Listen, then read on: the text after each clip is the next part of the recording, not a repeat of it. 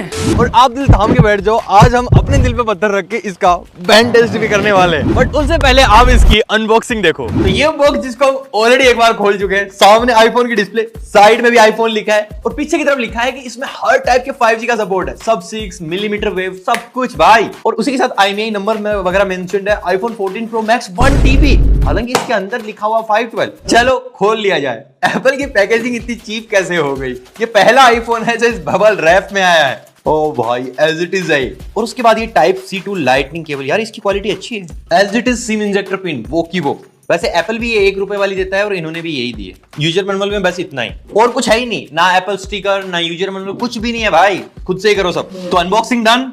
अब आता है फोन के ऊपर। कोई स्कैम नहीं हुआ है भाई, ये एक फर्स्ट कॉपी है iPhone 14 Pro Max की, जिसको मैंने महज 10,000 रुपए की प्राइस में लिया है। एक चीज डेफिनेटली करनी पड़ेगी कि कॉपी करना कोई चाइना वालों से सीखे। इन्होंने तो Xiaomi को भी पीछे छोड़ दिया। Xiaomi तो चाइना का है। ये फंस गया सीएम। जब से मेरे हाथों में आया तब से मैं इसके स्क्रीन गार्ड ही उतारे जा रहा हूँ भाई। इतनी सारी पन्नियों में प्रोटेक्ट करके दिया है और अभी भी एक गार्ड बचा हुआ है। और कॉपी होके भी कितना सही काम किया है, फिनिशिंग में तो किसी को पता ही नहीं चलेगा भाई। बस थोड़े से बेजल ज्यादा है और पीछे की तरफ कैमरा में भी थोड़ा सा पता चल सकता है। बाकी मेटल फ्रेम्स दिखने में एकदम प्रीमियम और सेक्सी है और इन हैंड फील बिल्कुल असली वाली है भाई। बटन्स भी काफी ज्यादा प्रीमियम से लगते हैं, ऐसा लगता है कि हाँ ओरिजिनल वाले यूज कर रहे हो। पीछे की तरफ वही triple rare camera, lidar scanner देने की पूरी कोशिश की गई है। लेकिन अगर आपकी नजर है एकदम जौहरी की तो आपको पता चलेगा कि यहाँ पे एक ही ओरिजिनल कैमरा है, बाकी तो सिर्फ छलावा है, छलावा। तो हमने सेटअप कंप्लीट कर लिया है, अंदर घुसने वाले हैं और अंदर जब आप देखोगे तो आपको पता चलेगा बिल्कुल डिट्टो iOS है। ये तो आपको लैग और जिटर ही बता सकते हैं कि ये आईफोन नहीं है, बाकी वो कॉपी की गई है यहाँ पे। लेकिन जब आप थोड़ा और अंदर जाते हो तो आपको पता चलता है कि असलियत में सच है क्या। सामने की तरफ एक डायनेमिक आइलैंड मिल जाता है जो हूबहू कॉपी किया गया है। बेजल वगैरह ठीक है, मतलब जिस प्राइस रेंज में आ रहा है उस हिसाब से ठीक है। एप्पल के कंपेयर में तो डेफिनेटली ज्यादा है, लेकिन जो चिन्ह है वो डेफिनेटली बहुत ही ज्यादा है। और ये भी एक आइडेंटिफिकेशन फैक्टर है, आप देखते ही पता लगा सकते हो कि हाँ ये जो है वो कॉपी है। और डायनेमिक आइलैंड को इन्होंने काफी अच्छे से इंटीग्रेट किया है। अगर फोन में आप चार्जिंग कनेक्ट करते हो तो यहाँ पे आपको इंडिकेशन दिख जाएगा डायनेमिक आइलैंड में।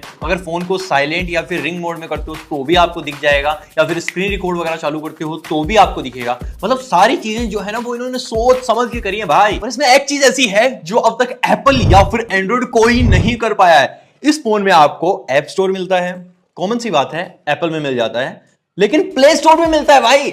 एक ही फोन में दो चीजें। एंड एक चीज और स्पेशल है, भले ही कॉपी फोन है लेकिन आपको इसमें अपडेट्स मिलते हैं भाई, हमको मिला। और उसके बाद जो हमने एप्लीकेशन इसमें इंस्टॉल कर रखी थी वो गायब हो गई, शायद उनको हटाने के लिए अपडेट दिया गया था। कुछ चीजें हैं जो आपको इसमें इनबिल्ट मिलती हैं, जैसे आप ये खोलोगे तो आपको PUBG मोबाइल ऑलरेडी इसमें इंस्टॉल्ड मिलेगा, व्हाट्सएप ऑलरेडी इंस्टॉल मिलता है, फेसबुक मिलता है, ये MGA डाउनलोड पता नहीं क्या है ये भी आपको मिलता है, टिकटॉक मिलता है। और वेदर एप्लीकेशन जैसे ही खोलोगे तो आपको ऑटोमेटिकली ये बीजिंग का टेम्परेचर दिखाएगा भाई। इससे जाहिर होता है कि ये कहां की खेती है। ये लगता पूरा iOS है लेकिन इसमें Android 6 रन करता है। आप सोचो Android 6 कब आया था, और वो इसमें मिलता है। 26 नैनोमीटर वाला MediaTek का प्रोसेसर मिलता है। MediaTek और एप्पल ने कोलैब करके आज तक कुछ नहीं बनाया, लेकिन ये बनाया भाई। और एप्पल मैप जैसे ही क्लिक करोगे आप सोचोगे भाई खुलेगा, नहीं। क्लिक करने के बाद आपको पता चलेगा कि अंदर से तो गूगल मैप खुला है। ये गड़बड़ है बाबा। ये आधा फोन इंग्लिश में काम करता है, आधा तो अजीब तरीके से काम करता है भाई। यहाँ पे कुछ और होना चाहिए, गो वगैरह, तो यहाँ पे लिखा तारा, डायरेक्शन के लिए तारा डायरेक्ट। मतलब इसको देख के आपको समझ ही नहीं आएगा, बिल्कुल ऐसा लगेगा अलग ही देश की भाषा है भाई ये। कंट्रोल सेंटर भी बिल्कुल हूबहू कॉपी कर लिया गया है। अगर यहाँ से आप स्क्रीन रिकॉर्ड वगैरह ऑन करते हो तो बिल्कुल वैसे ही डायनेमिक आइलैंड पे आपको दिखाई देगा और स्क्रीन रिकॉर्ड करना ये स्टार्ट कर देगा। बाकी एनिमेशन वगैरह हूबहू बिल्कुल वही कॉपी की गई है, पर पीछे की तरफ जान ही कम है, प्रोसेसर में पावर कम है, तो भाई ये एनिमेशन हैंडल कैसे करेगा? तो चलता कम है, हैंग ज्यादा होता है। तेरा साबुन स्लो है क्या? छोटी छोटी एप्लीकेशन तुरंत से क्रैश कर जाती है। अब ये फोन डेफिनेटली रेकमेंड तो नहीं किया जा सकता कि हाँ अगर आपको दिखाने के लिए iPhone 14 Pro Max भी चाहिए है तो भी ठीक है, लेकिन अंदर की तरफ जब आप चलाना स्टार्ट करोगे तो बहुत सारे लोगों को लगता है कि क्या ही फर्क पड़ जाएगा, थोड़ा धीरे से चलेगा ना, मैं मैनेज कर लूंगा। लेकिन इसको आप मैनेज नहीं कर सकते, ये बहुत ही घटिया है, मतलब नेक्स्ट लेवल। आप 6,000 रुपए वाला फोन लोगे ना वो भी इससे बेटर चल जाएगा। तो अब अपनी सारी चीजें हो चुकी हैं, अब इसका बैंड टेस्ट करते हैं, क्योंकि एक ही चीज ऐसी है जो मुझे लगता है कि इसकी प्राइस को ओवर जस्टिफाई करती है, और वो है इसकी बिल्ड एंड लुक। तो मैंने पकड़ा है हाथ में, आराम से जोर लगाता हूं अपनी बाजुओं का और देखते हैं कि ये बैंड होता है कि नहीं। और सच में जोर लगाया मैंने, निकल लिया क्या? नहीं बचा हुआ है भाई, नहीं यार नहीं हुआ। भाई एक चीज बोलनी पड़ेगी, इन्होंने बहुत कमाल काम करा है एटलीस्ट क्वालिटी में। अंदर भले ही कुछ नहीं डाला, और मुझे ऐसा लगता है कि इन लोगों को 5-4 हजार रुपए और दे दिए जाए ना अच्छा प्रोसेसर डालने के लिए, तो ये बहुत कमाल चीज बना सकते हैं। क्योंकि इसको देखने के बाद इनका टैलेंट डेफिनेटली दिख रहा है कि भाई कुछ तो है। हम सबको पता है कि एप्पल में स्पीकर्स कितने कमाल के मिलते हैं, इसके भी स्पीकर टेस्ट कर लेते हैं कि क्या आपको वो ड्यूअल ऑडियो और वो सब मिलता है क्या। मुझको गुटखा खिला दे कोई,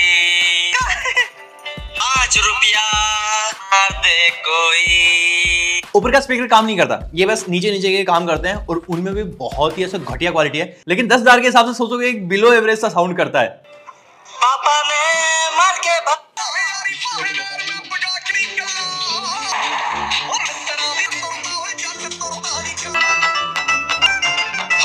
इसमें आपको 4K का सपोर्ट नहीं मिलता है। अगर आप कोई 4K वीडियो प्ले करने भी जाओगे तो मैक्स आपको 1080p पे ही मिलेगा। और इसमें वीडियोस देखो आप, क्वालिटी सच में ऐसी लगती है कि हाँ किसी 10,000 रुपए वाले फोन में ऐसी नहीं आ सकती। एक तो इतनी बड़ी डिस्प्ले, और ऊपर से कलर्स बहुत सही है। मतलब 10,000 रुपए के हिसाब से बात कर रहा हूं मैं, तो मतलब कॉपी की है, लेकिन ऐसे नहीं कि भाई ऐसे ऊपर से दिखा दिया, अंदर से भी कुछ तो माल मसाला है इसमें।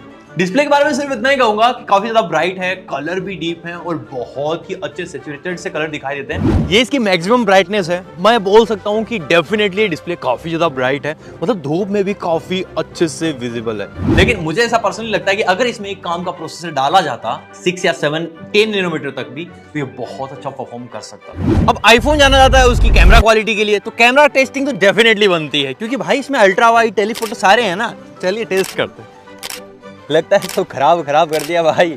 2 मेगापिक्सल भी इससे अच्छा परफॉर्म कर सकता है। इतना गंदा कैमरा मैंने आज तक किसी स्मार्टफोन में नहीं देखा। आपका मन कर रहा होगा इसकी फुटेज देखने का, देख लो भाई, जज करो।